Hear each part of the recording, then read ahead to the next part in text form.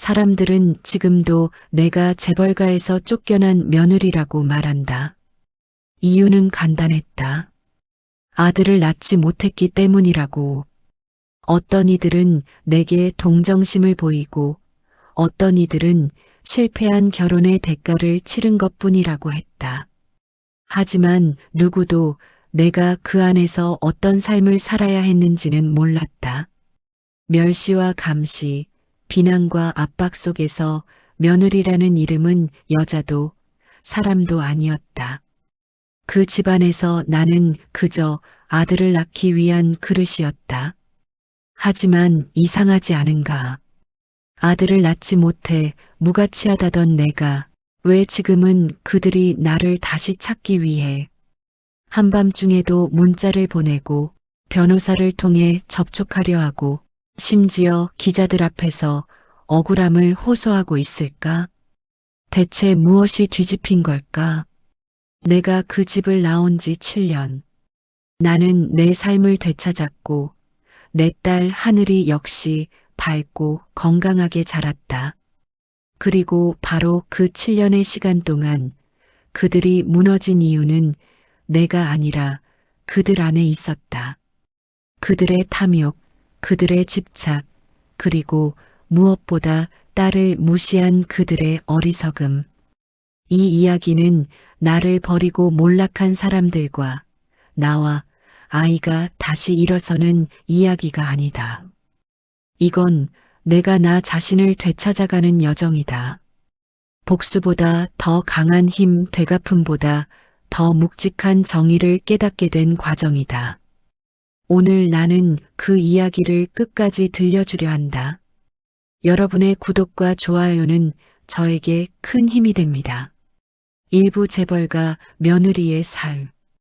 구독과 좋아요 꼭 눌러주세요. 나는 평범한 회사원이었다.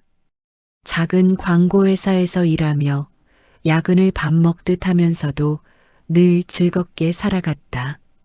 남편 민호를 만난 건 회사 식당에서였다. 회사 식당에 잠시 둘러본 투자사 직원이었는데 나는 그가 그 재벌가의 장남이라는 사실을 몰랐다. 그는 조용했고 겸손했으며 따뜻했다. 적어도 초반엔 그랬다. 우리가 결혼을 발표했을 때 그의 가족들은 미소를 지었지만 그 미소 뒤에 깔린 평가의 시선을 나는 당시 몰랐다. 그들은 나의 집안, 학벌, 직업, 심지어 과거 연애사까지 샅샅이 뒤졌다. 이후에도 그들의 기준에 맞춰 살아야 했다. 옷차림, 말투, 앉는 자세, 사람을 대하는 방식까지. 결혼하고 1년쯤 지났을 때 나는 임신을 했다. 그때만큼 집안이 활기를 띈 적은 없었다. 그들은 나를 중심으로 돌기 시작했고 시어머니는 날 거의 성전처럼 대했다. 그러나 성전의 조건은 단 하나였다. 아들을 낳는 것. 딸이라는 사실이 밝혀졌을 때 시어머니는 멀리서부터 들릴 정도로 한숨을 쉬었다. 태어난 아이는 하늘이 나의 전부였다. 하지만 그 집에는 실망이라는 이름으로 낙인 찍혔다. 그 후 3년 동안 나는 병원만 다녔다. 몸 상태는 이미 나빠져 있었지만 시어머니는 말하곤 했다. 여자라면 견뎌야지. 이 집안의 대를 잇고 싶다면. 남편은 내 편이 아니었다. 그는 늘 중간에서 말했지만 결국 어머니의 의견을 따른 것과 다름없었다. 그가 말했다. 엄마가 너무 기대가 커서 그래. 그냥 조금만 더 노력해보자. 내가 견딜 수 있었던 건 오직 하늘이 때문이었다. 단 하나의 웃음, 단 하나의 손길이 내 마음을 지탱해 주었다. 그러나 그 집안은 결국 나에게 마지막 칼을 들이밀었다. 이부 추락의 순간. 그날은 지금도 선명하다. 마치 의식을 치르듯 시어머니가 가족들을 모두 불러 모았다. 거실 중앙의 긴 테이블, 그 위에서 나는 한낱 피고인이 되었다. 시어머니가 말했다. 넌 이제 민호 옆에 있을 필요가 없다. 내가 무슨 말을 해야 할지 몰라 입을 떼지 못했을 때 그녀는 덧붙였다. 우리 집안에는 아들이 필요하다. 넌 그걸 못했다. 나는 아무 말도 할 수 없었다. 시아버지는 얼굴을 돌리고 있었고 시동생들은 나를 마치 짐이라도 되는 듯 바라봤다. 가장 충격적이었던 건 남편이었다. 그는 나를 위로하는 손길조차 건네지 않았다. 하늘이는 내가 데리고 가겠다. 그 말이 나를 무너뜨렸다. 나는 미친 듯이 고개를 저었다. 그건 안 돼요. 하늘이는 제 아이. 하지만 시어머니는 손을 내저으며 말했다. 내가 키우면 이 집안 교육을 못 받으니까 우리가 데려가서 제대로 키울 거야. 나는 절대로 그럴 수 없다고 버텼다. 그 집에서 쫓겨난 그날 나는 하늘이를 품에 꼭 안고 밖으로 나온 뒤 주저앉아 울었다. 세상이 무너지는 느낌이었다. 나는 쫓겨났지만 하늘이를 잃지 않았다는 사실이 마지막 희망이었다. 그 후로 나는 완전히 혼자였다.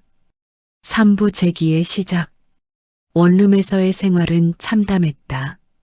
난방비를 아끼려고 겨울엔 아이와 함께 이불 속에서 하루를 보냈고 컵라면을 끓일 때도 전기세가 걱정됐다. 하지만 이상하게도 마음은 조금 가벼웠다. 누구의 눈치도 보지 않아도 되었고 누구도 내 배를 만지며 이번엔 아들이어야 한다는 말을 하지 않았다. 나는 다시 일하기로 결심했다. 처음엔 단발성 프리랜서 작업부터 시작했다. 광고 기획, SNS 바이럴 콘텐츠 제작, 브랜드 슬로건 제작 등 뭐든 했다. 그러던 중 지역 박람회에서 우연히 만난 식품 스타트업 대표가 내 이력을 눈여겨본 뒤 연락을 줬다. 그와 함께 한 프로젝트는 대성공이었다. SNS에서 터져버린 것이다. 일주일 만에 주문 폭주, 한 달 만에 투자자가 몰렸다. 대표는 기뻐하며 말했다. 우리 회사 본부장 자리 비어 있어요. 같이 일해보시겠어요? 그 제안은 내 인생의 전환점이 되었다. 나는 브랜딩 총괄로 공식 합류했고 회사는 4년 만에 상장 직전까지 성장했다. 하늘이는 늘 내 곁에서 응원해줬다. 엄마 최고 라고 말하는 그 아이의 미소는 그 어떤 보상보다 더 값졌다. 그리고 나는 깨달았다. 나는 실패한 적이 없다. 그저 내가 더 나은 곳으로 옮겨온 것뿐이다. 사부 무너지는 재벌가. 그 집안이 무너진 건 갑작스러웠다. 아니, 어쩌면 예정된 일이었을지도 모른다. 내부 비리가 밝혀졌고 시아버지는 포토라인 앞에서 고개를 숙였다. 직원 횡령, 회계 조작, 불법 차명 지분 등 모든 게 눈덩이처럼 터져나왔다.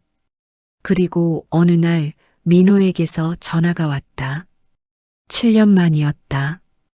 혹시 만나줄 수 있어? 나는 웃으며 전화를 끊었다. 다음 날 뉴스에서 알았다.